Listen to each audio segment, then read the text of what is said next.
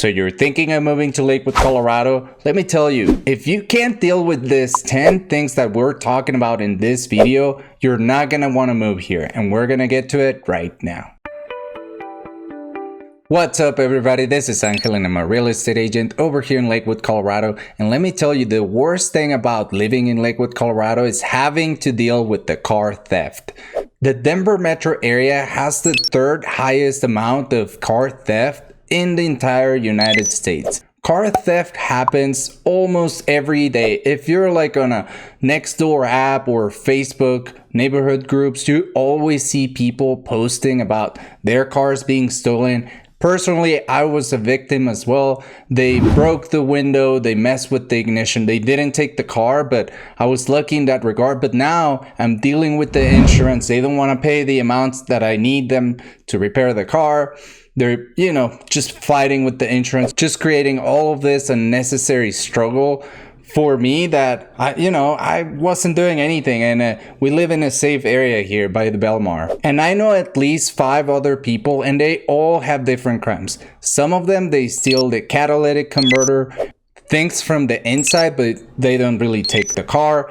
And others, they steal the whole car. And let me tell you, the police here just does not care. When they broke into my car, I called them. They had me fill out a police report online. They don't even show up to the scene anymore. I fill out the report online, and now it's been weeks. I haven't heard back. And at some point, it's like, hey, are you guys gonna even call me or do anything, or is this case closed, whatever? I know someone whose car was stolen. He found the car himself. 2 weeks later, he called the police because, of course, once you find your car, you gotta call them. You don't know what's in the car. They gotta check it. The police took 2.5 hours after he found the car himself. The police takes 2.5 hours to arrive at the crime scene. And honestly, it's just unacceptable. But at the same time, for the police, of course, they don't have the resources. And this just happens so much that they just don't care anymore. They don't pay the attention that these cases need. Now, maybe there's no car theft where you're moving from, but let me tell you, there's some tips to avoid this happening to you. The first is don't have a Kia and don't have a Hyundai. What happens is the ignition for these cars have something in the ignition, whereas the people can turn on the car with the USB cable. So it's not like in the movies where they're rigging a car. They're literally, when I looked at my car, there was a USB cable inserted in the ignition. It was the weirdest thing. I actually thought they would connect a phone or a computer on the other side to turn it on, but I guess it's not as fancy as I thought. They literally just turn it with the USB cable. So if you have a Kia or a Hyundai and you can't sell it before you move out here, well, what I would recommend is have better insurance, because at least for me, for the longest time, I never had full coverage. I wasn't really into getting into debt to buy a car, so I always had paid off cars. And so for the longest time, I'm like, yeah, I drive safe or whatever. Everybody thinks they drive safe. But I thought I did, and I said, I don't really need comprehensive coverage. Well, now I've been having it for 2 years. So I was lucky that this event occurred while I was covered, but it could have been a completely different story if this had happened 2 years ago. Also, you can put an alarm on your car. Of course, this is going to be a deterrent. And also add cameras, have a dash cam and have cameras on your property where you can see what happens, and maybe those could be deterrents if someone's trying to steal your car in Lakewood, Colorado. But the good thing about this is that there's actually all kinds of living within the Lakewood, Colorado city limits. If you have a horse, you can live in Lakewood. If you want acreage, you can live in Lakewood. If you want to be in the mountains, you can live in Lakewood. Downtown living, Lakewood. Walkable, Lakewood. Everything's in Lakewood. That's something I really like. But again, it also has its cons, which is there is all these kinds of living. It kind of works both ways. I just want to take a second to say I'm a real estate agent, and if you're thinking of moving to Lakewood, Colorado, reach out for a private one-on-one conversation where we're gonna talk about what you like and especially what you don't like, so that we can narrow down your search and find you a perfect place. All of the information's in the description below. Now back to the video. Now the second thing you gotta handle if you're living in Lakewood, Colorado, it's gonna be that Lakewood, Colorado changed drastically. There's some neighborhoods where you can have $1 million homes next to homes that haven't been updated in a long time. And sometimes just crossing to the other side of the road, you're gonna be in a neighborhood that has way more crime. And that's why you guys need to reach out, because I know these areas and you just want to avoid moving to the wrong place and not liking your time in Lakewood, Colorado. And this happens because Lakewood wasn't planned like some of these new communities. They have like a park and everything works because it was planned, but Lakewood kind of just kept growing, same as Denver. But what I would say is that you can take advantage of this opportunity, because maybe there's some programs where you can qualify. Like, let's say there's a neighborhood, a specific neighborhood that you can buy a house with 0% down. There's programs for that. But then on the other side, you have one of the most expensive neighborhoods in Lakewood. So you can use this disadvantage of having these neighborhoods put together to use that for your advantage so that you can get a good deal on your house and be in a great area. And I just want to say, it's not 0% down, like you just go into a house and you occupy it. No, like you have to pay closing costs, you have to get a loan. Like, it's all like the typical process, but you can even have the seller pay for the closing costs. Of course, there's pros and cons to every loan program, and these change all the time. So you got to reach out and see what we have at the moment. Now, the next thing you got to deal with when you're moving to Lakewood, Colorado is that everything here closes early. And what I mean, most places close at 9 or 10 p.m. And I'm saying this because sometimes you gotta do a late night errand. You gotta go to Walgreens at 10:30 or a pharmacy, and it's not open. Nothing's open. Even over here in Belmar, downtown area, downtown Lakewood area, basically the only thing that's open after 10 p.m. it's a few of the restaurants that are closing down, or the movie theater and the bar. So other than that, there's nothing open, no other stores open. It's very weird, but if you want to make the late night errands, you gotta go to downtown Denver for that. Now, the fifth thing you gotta deal with when you're moving into Lakewood, Colorado is that over here, there's basically no nightlife. There are gonna be a few bars, but like I was saying, everything closes early. There's no nightclubs. If you like to go dancing, you gotta go to downtown Denver. My wife, she's Colombian. We dance salsa typically once a month or something, and we always have to go to downtown Denver. We gotta either get an Uber or just not drink for the night. So again, just adding another step of an inconvenience that honestly, it's not a big deal, but it's just another layer of thinking of when you're trying to decide into moving to Lakewood or moving to Denver. It's just another thing to take into account, what kind of lifestyle you want to live, because over here in Lakewood, we don't have any nightlife except for a few bars. The next thing you gotta deal with is that Lakewood schools are typically not as good as in other places in the Denver metro area. And this is according to niche.com. This is not coming from me, I'm just taking their list. But the good thing is that Colorado is an open enrollment state, so your kids are not forced to go to a specific school. You can actually go to other schools within the district or outside the district. There's different requirements depending what school your kids want to go to or you want your kids to go to. So you got to look into those. But in general, according to niche.com, they aren't the greatest schools. We are in niche.com, and just taking a look at the map, you can easily tell we're right here. It's downtown Lakewood. And of course, we got Emory Elementary School that's rated a B. Some of their schools are actually good, like Denison Elementary, that's rated A, or Lakewood High School. But as you scroll on the map and then redo the search, you can just kind of see that there is a mix of school rankings, whereas other cities, they're going to be more consistent with their schools. So it's really going to depend the area specifically where you want to go that goes to that school. Like this area over here, it's going to have the lower ranked schools. And again, this is all coming from niche.com. You can look it up anytime. Now, the sixth thing you got to deal with when you're living in Lakewood, Colorado, it's going to be your commute and public transportation.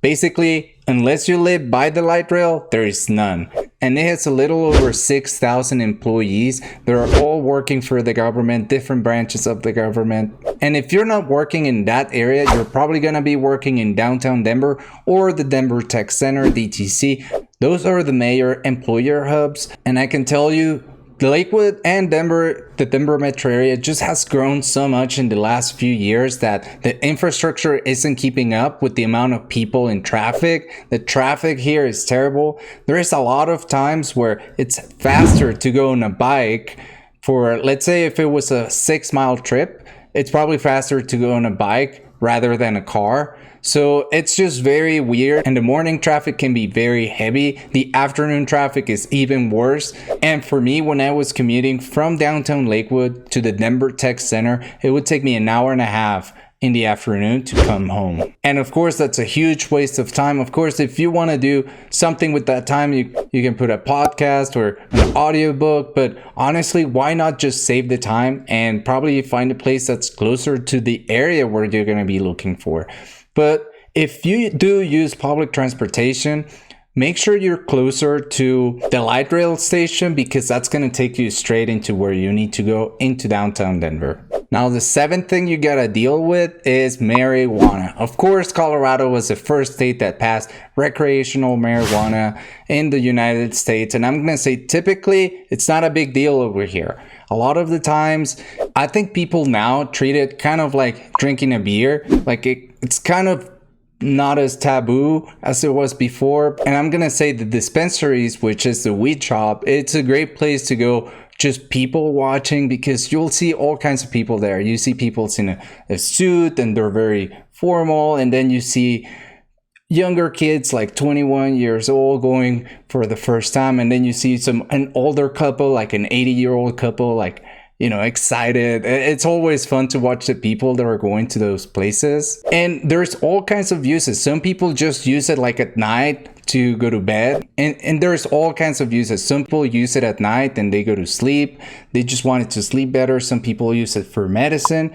But then there's other people that you take the train and you can smell the marijuana when they're smoking in the train, and it can be very annoying. So that's one of the cons about living here, that some people are going to smoke freely, whereas typically they're supposed to smoke at their house or consume at their house, but they're doing it in public. And at least for me, that's one of the things that drive me crazy, because I just think it's disrespectful. But that's one of the realities of living in Lakewood, Colorado.